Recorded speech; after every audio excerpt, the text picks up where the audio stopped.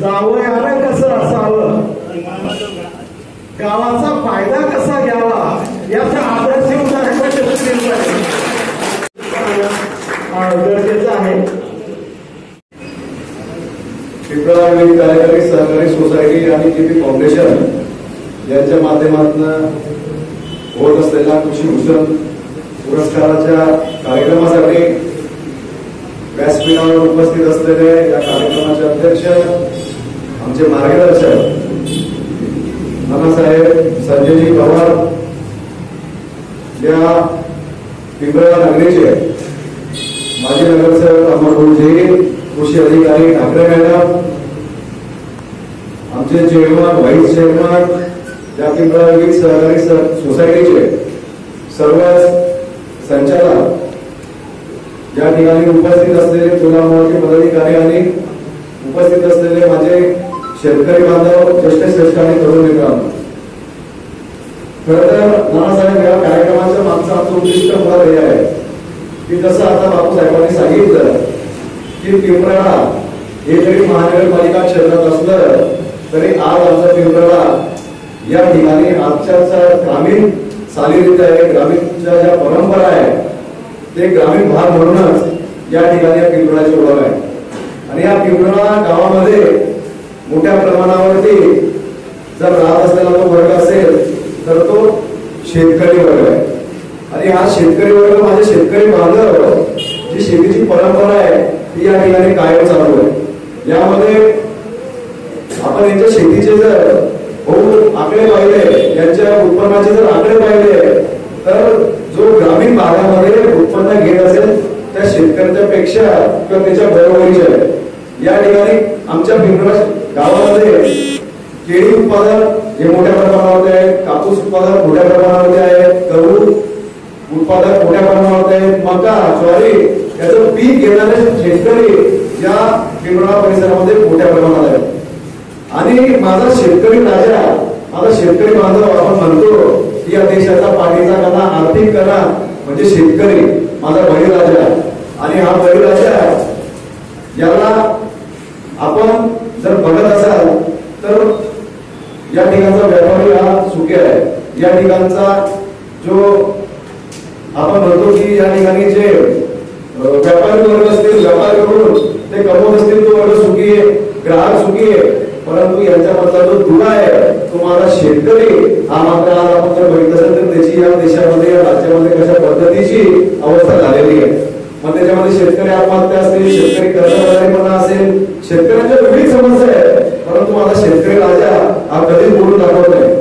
आणि जर त्याने बोलून दाखवलं किंवा त्याने करून दाखवलं, त्याने त्याच्या हक्कांसाठी, मागण्यांसाठी जर का तो रुसून बसला तर निश्चितच या देशावर, या राज्यावरती भूक मारीची वेळ येणार आहे. म्हणूनच माझा शेतकरी राजा, माझा बळीराजा हा कधीच हट्ट धरून बसत नाही. परंतु त्याला त्याच्याकडे पाहण्याची आज आपली वेळ आहे. त्याच्यावर आज आपण त्यांच्या ऋणातून मुक्त होण्याची वेळ आहे.